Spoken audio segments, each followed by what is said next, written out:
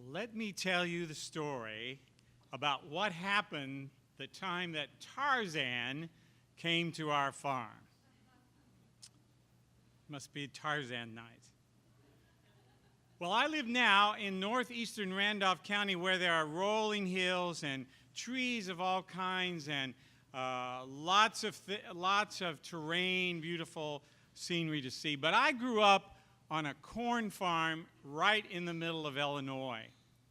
Now, 10,000 years ago, when the last ice age was over and the glacier retreated, it left perfectly flat land upon which was 9 feet of dark, very, very fertile topsoil.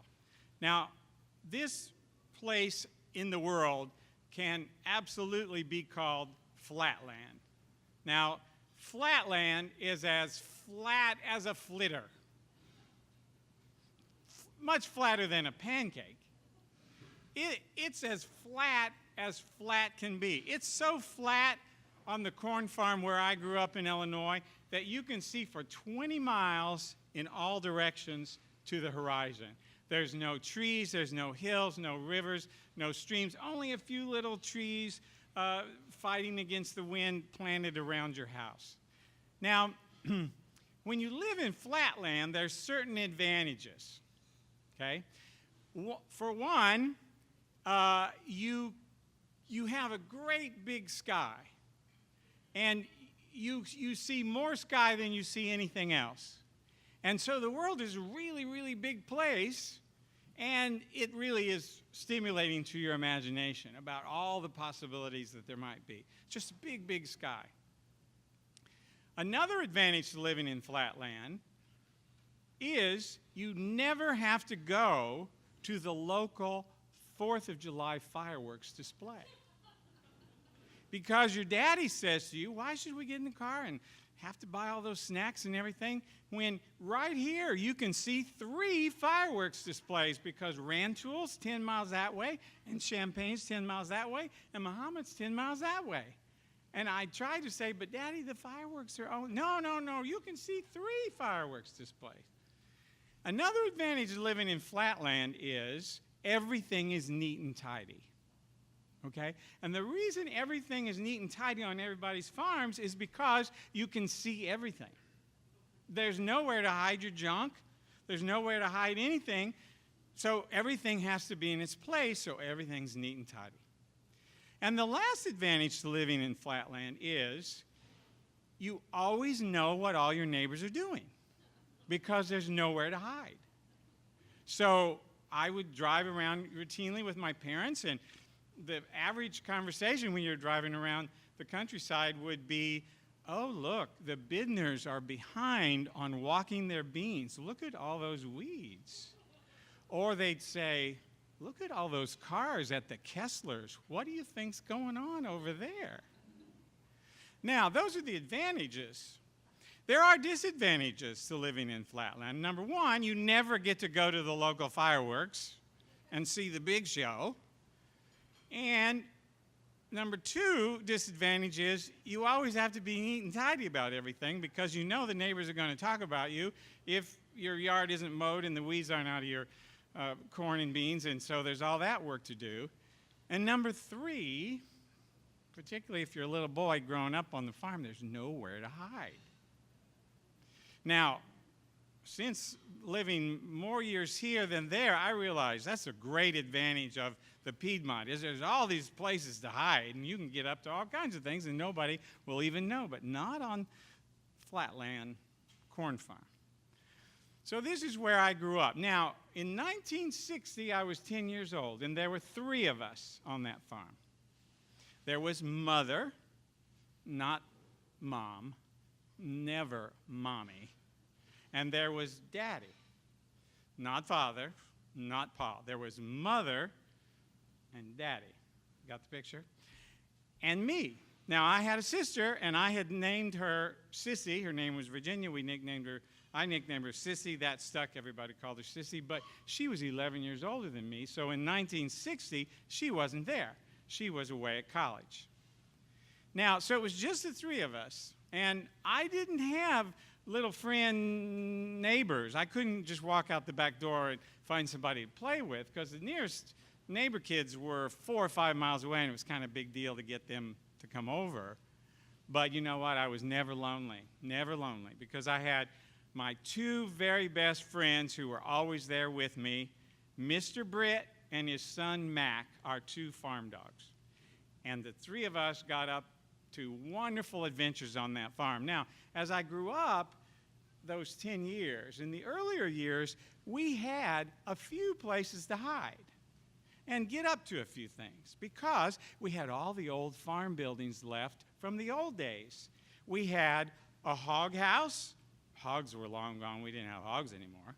We had a cob house. I never thought at the time, I've only recently thought about why did we call it a house? A hog house was for hogs, a chicken house was for chickens, but a cob house, that's where the cobs lived, right? But there were no cobs. That was left over from the time that you stored in the cob house the cobs you used to start the wood stove. But long before I came along, they got rid of the wood stove. So there was a hog house with no hogs, a cob house with no cobs, a chickens with just a few scrawny chickens left, a big old hay barn with cattle stalls, but the cows were all gone. But these buildings were around, and so I could go in there and get up to adventures. But in 1960, there had been a lot of changes. The hog house was gone, the cob house was gone, the chicken house was gone. All that was left on the farm in Flatland, where I lived when I was 10 in 1960, was the big old hay barn. No cattle, but it had a big old hayloft and the old stalls. The big old barn was still there, and there was something new. There was a brand new, great big metal building, shiny metal building that we called the tool shed. Now this is interesting because it wasn't where they kept all the little tools. It was where Daddy kept all of his new, great, big farm machinery. Because in 1960, all the farmers in Flatland, where I grew up, had taken Earl Butz's, the Secretary of Agriculture's advice that he'd given about 15 years earlier, which was get big or get out. And all those farms in central Illinois were getting rid of all the little things people used to do just to feed themselves, like have some hogs, have some chickens. They got rid of all the buildings. They plowed up all the hedgerows and all the fence rows, and they just planted corn and beans from road to road. Now, in Flatland, everything's flat, so everything's square, so everything is in 1 mile square sections. So all the corn rows and the bean rows are exactly 1 mile long. So I had only 2 places I could go, the barn and the new metal tool shed. Well, the other thing that changed in 1960 was they started showing the old Tarzan movies on Saturday morning television. Now, this was before there were parental guidance ratings. Those came in 1968. Well, those Tarzan movies really had a lot of great stuff going on in them for a 10-year-old boy. They had the jungle, and they had spears, and they had bows and arrows, and pygmies who shot little poison darts, and they had Tarzan, the big He-Man, who had control over all the wild animals, and it was amazing. And of course, my parents never watched it on Saturday morning, so it was great. Every Saturday morning, I'm watching Tarzan. All these great stuff. And one of the favorite things they had in Tarzan movie that I just loved was fire. Because the jungle is dark, and you need lots of fire. Well, so I'm doing my best with the limited resources I have now to really have lots of great adventures on the farm. And Britt and Mac and I, we really did a pretty good job. So one Saturday, right after the Tarzan movie, I'm all inspired, and I get Britt and Mac, and they're ready to go. They used to it by now that I'm going to come out after the movie, and we start going around, starting our big Tarzan adventure. And I say, okay, let's go to the barn, because it's great in the barn for Tarzan. Because in that barn, we actually had a Tarzan rope. It was a big old barn with a big old wooden beam holding up the roof, and so you could walk out on that beam really carefully. Now, Mac and Britt, of course, I'm up in the hayloft, but they can see me through the hole where you throw down the hay. And, Britt's saying to me, come on, come on. But I said, just hang on. This is going to be great. You're going to love it. So I'm walking along the beam, and we've got a Tarzan rope. We've got a Tarzan rope hanging from the top of the barn. And so I'm getting on the rope, and I'm going to do it. I just saw him do it on TV. Right across to the other beam on the other side. I did it. I got all the way over there. I'm loving it. So we do this for a while. They're still there watching, going, like dogs do. When is this going to be over? And then for the big finale, I realized if I swung just right, I could swing all the way over to that hole in the bottom of the hayloft where they drop the hay and land on a great big pile of hay, if I did it just right. So I made a big leap, a big try, and whoosh, I go right down.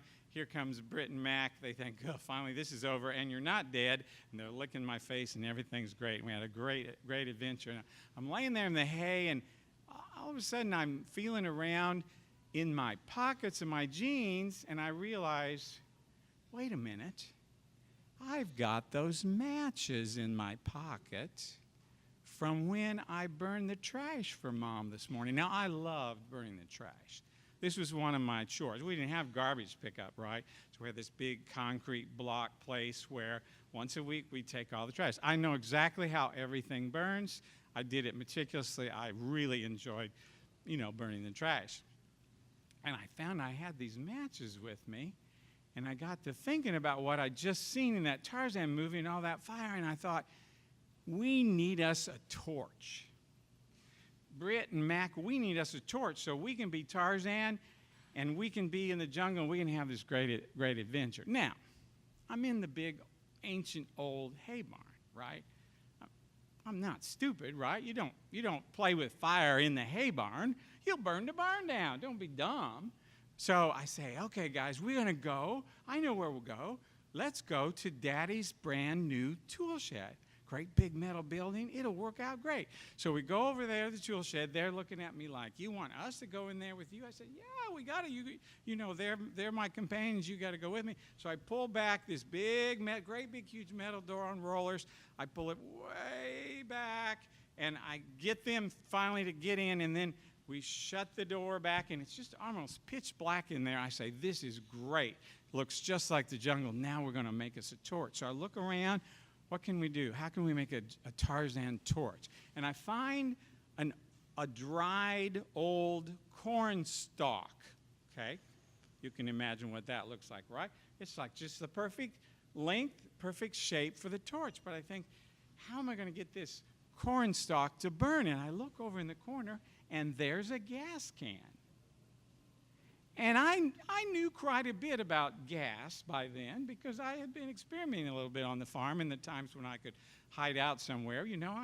I knew things like I knew you could, when it rained, and of course in flatland when it rains there's mud puddles everywhere, the water doesn't go anywhere. I learned like you could put a little gas in a cup and you could put that gas on top of a mud puddle and have your little toy boat out there and whoosh, you could just burn that boat right up. I knew lots about gas.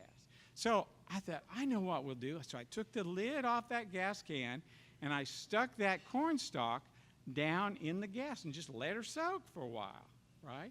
And then I pulled it out, and I thought, this will work great. Now, I put the cap back on. I mean, you don't want to be stupid about fire, right? I put the cap back on because those fumes are dangerous. I know that. So I get my matches out. I say, here we go, Britt and Mac. You ready? This is going to be great. Here we go. So I struck the match, and that stalk lit up. And do you know, we were in the jungle. I could see vines. I could see wild animals. I could hear the pygmies coming. We got to go. We got to go, guys. So we're going, running around, all around Daddy's big machinery, the tractors and the combines, and I'm starting to wave it so we can, signal for help. And did you know that in the center of a corn stalk, it's soft? It's like marrow, they call it even. And do you know that when you light a corn stalk and the marrow gets hot and you're swinging it around, the marrow shoots right out the end of the stalk? Well, you know that now. And And that marrow out of that cornstalk went into the corner of Daddy's brand new metal tool shed where there was a great big pile of corn husks that he had cleaned off the corn picker. A big pile, like a drift. That marrow went right into those paper-thin, dried corn shucks and just went whoosh, whoosh. And I'm like, oh my gosh, we are in trouble. What are we going to do? Britt, what are we going to do? Britt looks at me like dogs do. What do you mean? What are we going to do? What are you going to do? I don't know. I don't know what I'm going to do. So I reach over in the dark and I find a bucket. And I think, oh, maybe this will work. So I grab this 5-gallon bucket and I rush over to the corner where the corn shucks are and I throw that bucket all over the wall and all over the corner and up on the corn shucks, up on the wall, up on the big wooden beam, and the fire goes out. And I think, whoa, man, I got through that just by the skin of my teeth. So I start to go and turn around, get Britt and Mac and get out of there. We needed some fresh air, so I turn around and I hear this noise. Gloop. I look. Don't see anything. Oh, I must be imagining it. I turn around, take another step. I hear it again. Gloop. Still didn't see anything. Third time I go over, and I hear gloop, and the whole corner of the building erupted in tremendous flames because you see what was in the 5-gallon bucket was not water like I'd hoped. It wasn't even sand like I maybe hoped. It was the oil from where Daddy had cleaned out the tractor, changed the oil. It was crankcase oil. And I had just thrown that oil all over the side of the building. Now there was black smoke filling the whole building. I went over, quick, we got to get help. I opened the big door, and of course, as soon as I opened the big door and a little more air came in the building, it just fired up more and more and more. What are you going to do? What are you going to do? I'm caught. I am dead. This is the end of my life. It's been 10 years. It's over. I ran into Mom. I said, Mom, big trouble. Tarzan, there's fire. There's fire. The tool shed's on fire. She said, what? What have you done? She runs out there. She sees it. She says, okay, I'm going to call the fire department. I'm going to get Chandler, the hired hand, to help. You go and tell your daddy what you've done. He's back there in the back of the field. You go right now, you walk all the way back there, and you get him, and you tell him what you've done. So for 25 minutes, that's how long it takes to walk the whole mile back to where Daddy is. I'm thinking, this is it. Life as we know it is over. I have burned down the tool shed, and all of Daddy's new equipment is going to explode any minute. I'm walking. I'm crying like no 10-year-old boy should ever have to cry. I'm thinking, this is it. This is the end. And it takes me forever to get back to where my daddy is. I finally get there, and I can't get it out. I say, Daddy. He says, what's wrong, son? I said, Daddy, I don't want to tell you. He says, tell me what's the matter. What's the matter, Daddy? I set the metal tool shed on fire. And my daddy, without blinking, says, son, you couldn't set that tool shed on fire if you threw oil on it. And what could you say? I just said, yes, you can, because I did. And he laughed just once, and then he thought, are you kidding me? I said, no, look. And then he turned back, and he could see a mile away the big black smoke coming from the farm. He says, okay, get on the tractor, let's go. So we're heading back, and then the humor sort of drains out of his face as we're going on the tractor all the way back. Well, it took us a while to get back. By the time we got back to the farmyard was full of neighbors because it's 5:30 on Saturday afternoon. Everybody was getting ready for supper. And remember, in flatland, you can see everything that happens for 20 miles. So everybody was in the house looking out the window. They saw the black smoke coming. They said, the Tate farm is in trouble. Let's go see if we can help, or at least go over there and see what's going on. So we drive up, and here's the farmyard's full of neighbors. And they're all chatting with Mother, standing around, telling stories. And we're like, whoa, and then we look over and we see what has happened. Chandler, it just so happens, was a fireman at the local Air Force base. And Chandler knew just what to do. He took one of Daddy's big canvas tarps and he threw it right over that fire and smothered all the flame. So that all that was left was a big black sooty smear across that bright, shiny new metal. We never did paint that wall because we wanted to remember.